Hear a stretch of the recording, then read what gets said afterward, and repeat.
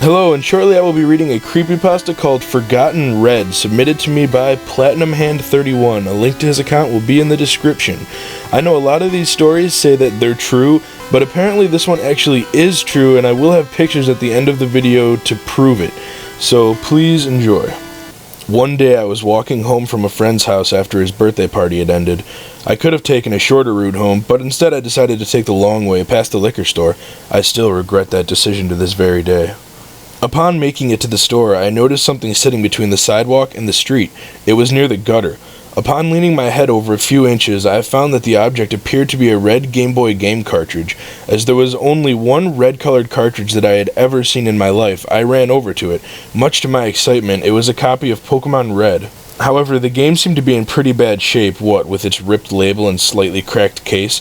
Upon looking at the back, I saw a label that I had assumed the previous owner had stuck on the game to keep track of it, much like I did upon owning more than one of each version. On the label, I could see some words written, but the label was too scratched to read. At first, I questioned why anyone would just toss a copy of Pokemon Red to the ground and forget about it, as if they wanted to get rid of it. At the time, I ignored these facts and just was happy to have another Pokemon game to play.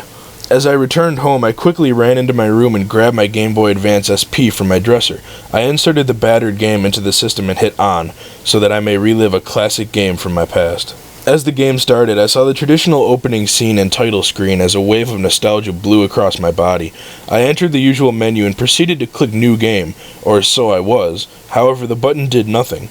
Already feeling this odd, I scrolled down to Options. Just as with New Game, that didn't work either. By now, I thought to myself that the game was broken and could not be played, but what did I expect from a game sitting on the side of the street? However, I decided to give the continue option a go, before making any official proclamations. Without showing any player data, I was sent into the game. Upon entering the game, I was in the space where you normally are when you start the game, in your room in Pallet Town. I decided to check the player options to see what was on this file. The first thing I noticed was that the player's name was Red. Yeah, really original, kid. I checked his trainer card, which revealed his 999,999 Pokédollars and 8 gym badges. Nothing completely unusual. Finally, I moved to his Pokemon team. My eyes grew wide when I saw that the team was indeed Red's team, his team from Heart Gold and Soul Silver. Pikachu, Venusaur, Blastoise, Charizard, Snorlax, and Lapras were all there.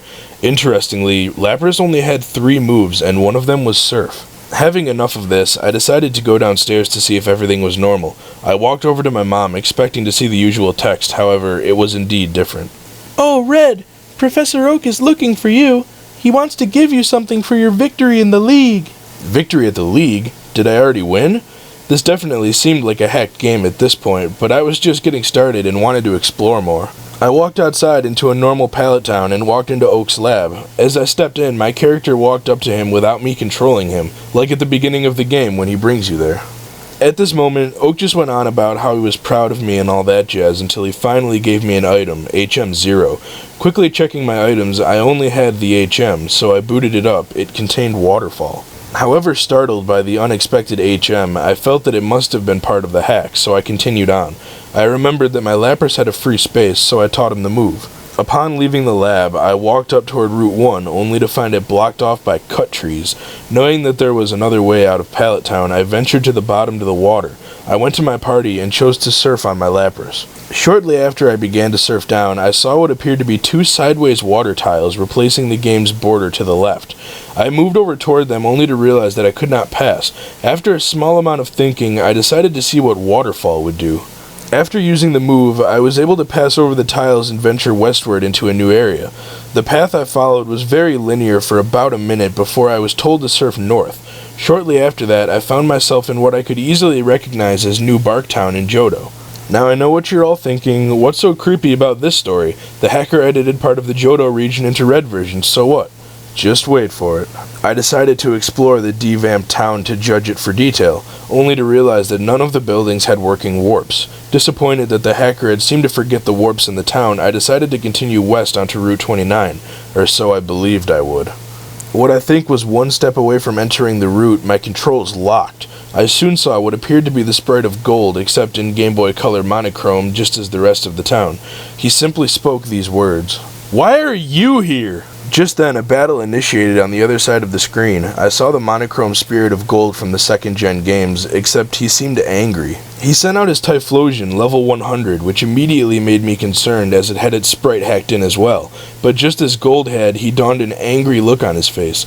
I sent out my Pikachu, level 88, without knowing how. He seemed to one-hit KO all of my Pokemon with just Flamethrower, including Charizard and Blastoise.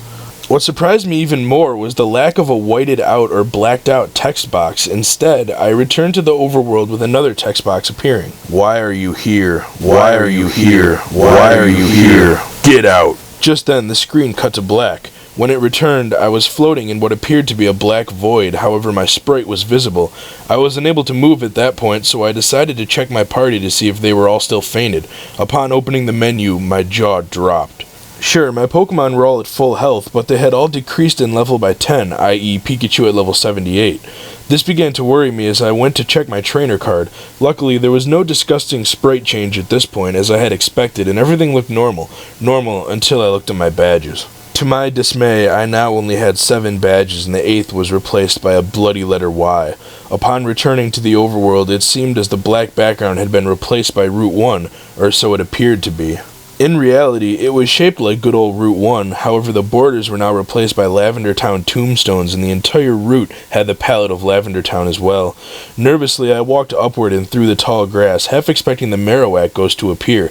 At the top of the route, instead of the Viridian City, was just a door.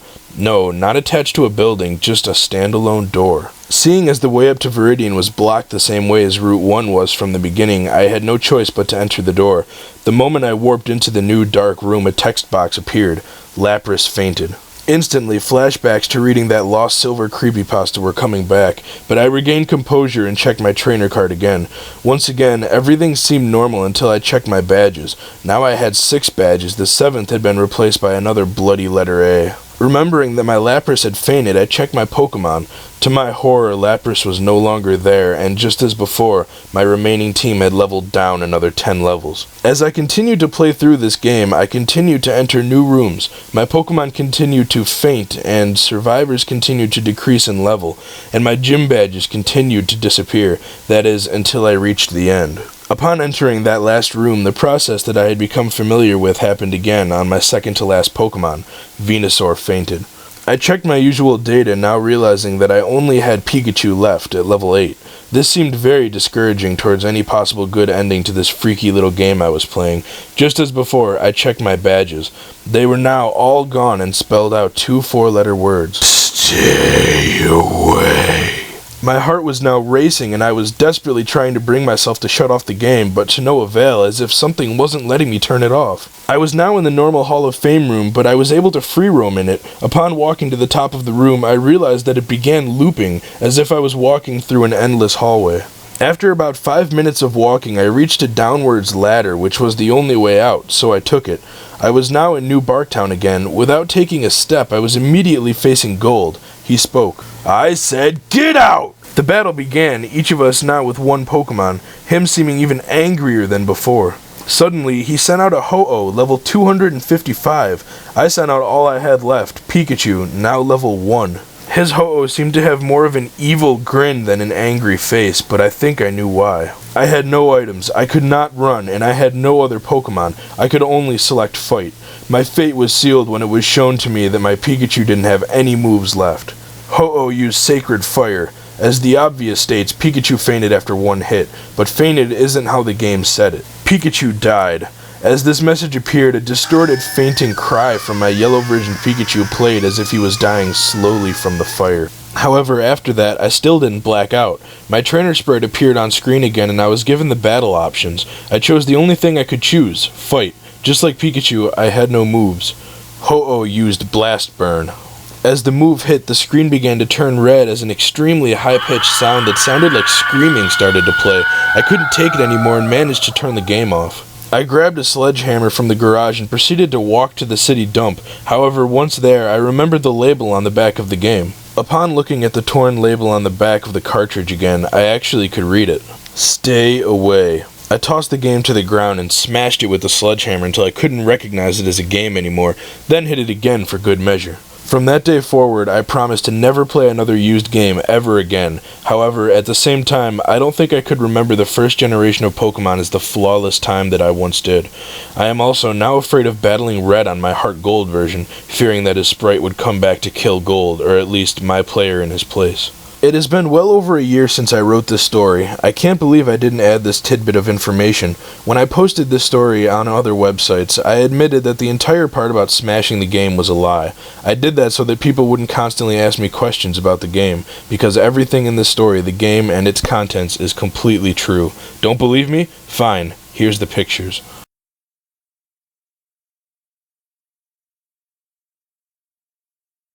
If you wish to call the story a fake and claim that the photos are doctored somehow, go ahead. This story is over a year old and I could care less about whether you believe it to be true or not. I know what I played, what I saw, and whether you believe or not is moot.